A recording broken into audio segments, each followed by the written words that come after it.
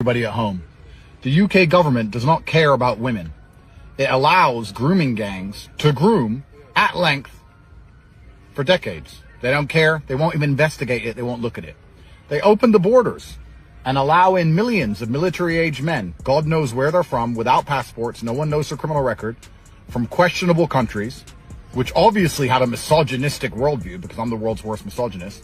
They allow these people to roam our streets.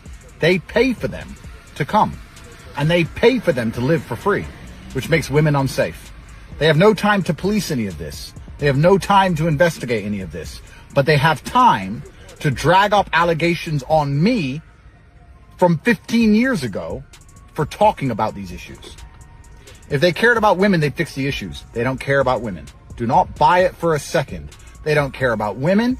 They don't care about young girls being safe. They don't care about combating misogyny. They don't care about any of that. They care about control and locking up anyone who highlights the problems inside of the UK. It is so broken. They are not trying to fix the problems. Instead, they're trying to get rid of the people who talk about the problems. The UK government does not give a single about women and girls, or they'd stop the boats. They don't give a single about women and girls, or they'd stop the grooming gangs.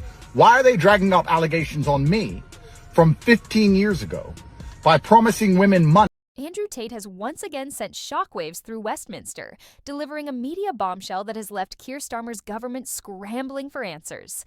The controversial figure has launched what can only be described as a verbal assault on British politics, and the timing couldn't be more explosive. While Parliament debates immigration policy and the nation argues over Christmas decorations, something far more significant is unfolding behind closed doors. The Crown Prosecution Service has filed serious charges against the Tate brothers, with Andrew facing 10 allegations and Tristan 11. These aren't recent accusations either. Every single charge relates to alleged incidents from 2012 to 2015 in Bedfordshire, raising questions about timing that would make even the most skeptical observer pause. The Tate legal team isn't taking this lying down.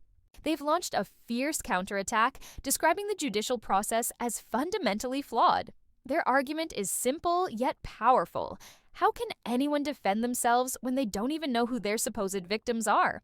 It's like being blindfolded and asked to fight back. Romania adds another layer of complexity to this story. The Tate brothers were living what many described as a lavish lifestyle there, though that description seems questionable given they were simultaneously under investigation for human trafficking. The situation resembles a twisted game of legal whack-a-mole, with court systems popping up across different countries. Last December, a Romanian court dismissed most of the case on procedural grounds, essentially admitting someone had completely botched the legal paperwork. However, Romania still approved extradition to the UK, and that's when Andrew Tate truly lost his restraint. His recent public tirade made parliamentary questioning sessions look like polite afternoon tea. Tate didn't just criticize the British government. He delivered a complete political demolition. His central accusation cuts deep. The UK cares less about genuine women's safety and more about silencing voices that challenge the established order. If you're finding these revelations as shocking as I am, make sure to subscribe, because we're diving deeper into issues the mainstream media won't touch. According to Tate, the government has ignored gang activity for decades while simultaneously opening borders to millions of military-aged men without proper background checks. His question resonates. If they truly prioritized women's safety, why haven't they addressed these systemic issues instead of pursuing 15-year-old accusations?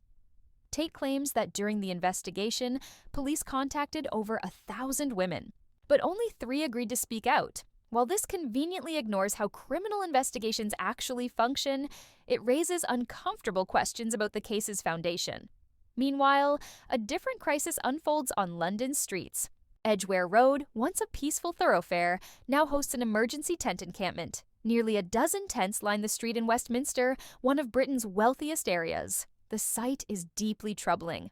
London saw nearly 12,000 people become homeless during 2023 to 2024. That figure exceeds the population of many British towns. Instead of proper housing, these citizens sleep under bridges, enduring traffic noise throughout the night.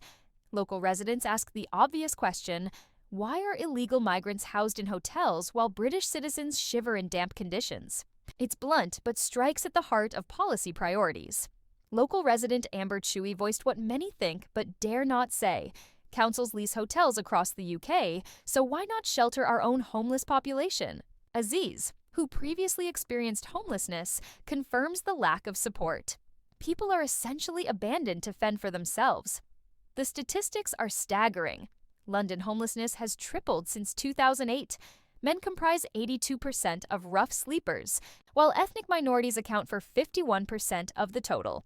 Yet the largest single group remains white British, over 5,000 people living on society's margins. Peter Thomas from the Office for National Statistics stated plainly, "This is a severe crisis and nobody is doing enough to tackle it." The reason is simple. Population growth is outpacing housing capacity. This is modern Britain's reality. Andrew Tate shouts from Romania about government priorities, while London's streets increasingly resemble dystopian fiction.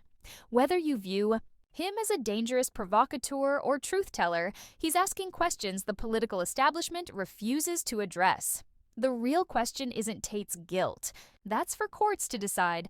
The question is whether he's right about misplaced government priorities. Are we spending excessive resources on viral figures instead of confronting Britain's deepening social decay? What's your take on these developments? Share your thoughts below.